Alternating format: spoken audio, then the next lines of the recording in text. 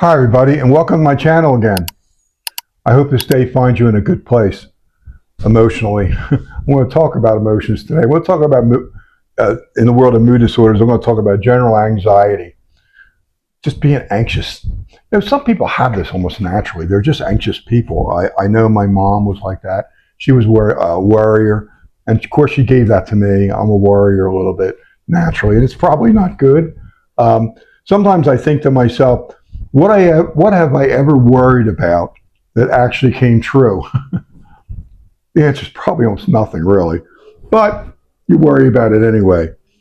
I spoke to you in my last video about panic attacks, and we're not going to talk about that at this point. Generalized anxiety can basically keep you up at night. It could cause you to have insomnia, where you just can't sleep, have trouble getting to sleep, have trouble staying asleep. And this could really be disruptive because, if you have a job in the morning you go to, or you have other responsibilities, or you got to go to school, when you continuously lose sleep night after night after night, it catches up to you, both physically and emotionally.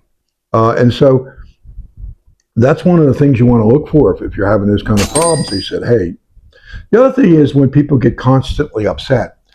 I've noticed that people that have anxiety, sometimes even young people will get like ulcers, get stomach ulcers, which really is not a good thing when you're 16 and 17 years old. But it shows the way you perceive your world. You're a very anxious person. That's part of your personality, we'll say. Also, people have a tendency to ruminate, which means their mind is going woo, woo, woo, all the time like that. They're always thinking. They don't give their brain a chance to rest. Also, they have trouble functioning in work or at school.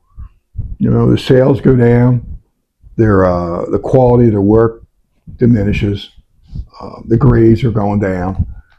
These are kinds of things that happen. And sometimes they just, they quit, they don't come in, they're out sick a lot. All these things are noticed by your workplace because of anxiety. Sometimes they also have a very gloomy look at the future. They just don't think the future is going to go very well for them, and they worry about it. Believe it or not, this is fairly easy to treat. I just went through one little avenue with you. What did you ever worry about that actually came true? That's one of the nice things I ask people all the time. Yeah, what are things you worried about? Because some people worry about their children. Oh, is he going to get through school? Is he going to do this? Is he going to do that? And then you find that, as time goes on, that everything turns out okay.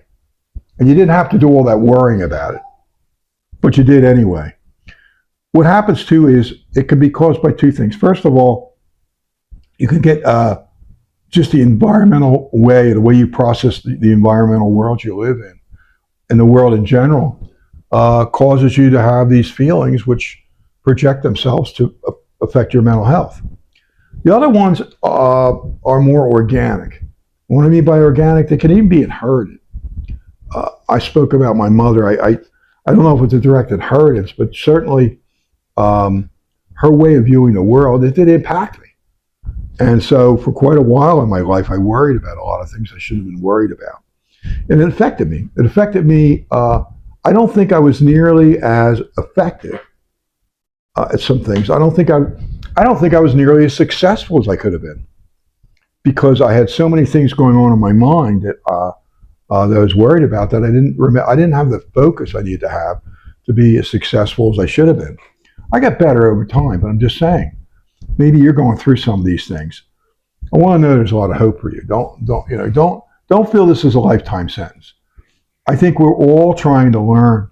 I used to always have this saying. I said, each day, in each and every way, I'm getting better and better. And that's how I viewed my world. I just try to get better every day. I just try to get a little bit better. So every day when I wake up, I said, help me get better today. Help me do something today which will enrich me for the future. Little things, not the big things. You don't have to necessarily take on the world here. I just think as you begin to build, because I feel like getting rid of anxiety and depression and some of these mood disorders is more of a process or a build than it is anything else. Now, let's talk a minute about medication. I talked a little bit about medication with the panic attacks. Really, you have to do everything possible to avoid that. I mean, in some cases, and when I spoke to the to my psychiatrist friend, I have a good friend who's a psychiatrist, and I said, "Why do you prescribe medication when you know medication what it does to people?" And his answer was, "People have to be able to function." The worst possible scenario here is when you no longer can function. You can't get through school. You lose your job. These are worse outcomes, way worse than taking a medication that allows you to focus and allows you to stay on the job and improve your schooling. So, yeah, I mean, you don't want to be taking them because obviously they also have side effects. But sometimes you got to do what you got to do. Understand this, that you can wean yourself off these medications in time. And a lot of the psychiatrists typically don't look at these as long-term medications. And with now they may see that in depression, but when it comes to anxiety, quite often they're a little bit more hesitant about seeing this as long-term because they feel that once maybe some of these things in your life improves, particularly your thinking. So, for example, if I'm the therapist, I'll do some cognitive behavioral therapy with you and help you work through some of your thinking. That in time, maybe these feelings will start to dissipate, and maybe medication is either not necessary, or we can cut the amount of medication you're taking at least. We'll get started with that. Okay, I hope this helps you. Now, if you have any questions, please you can write in the comment section. If you have something personally you want to say, I have an email address for that. It's helpbybuzz12@gmail.com. Hopefully, you'll see it on the video. I do answer. I will answer you.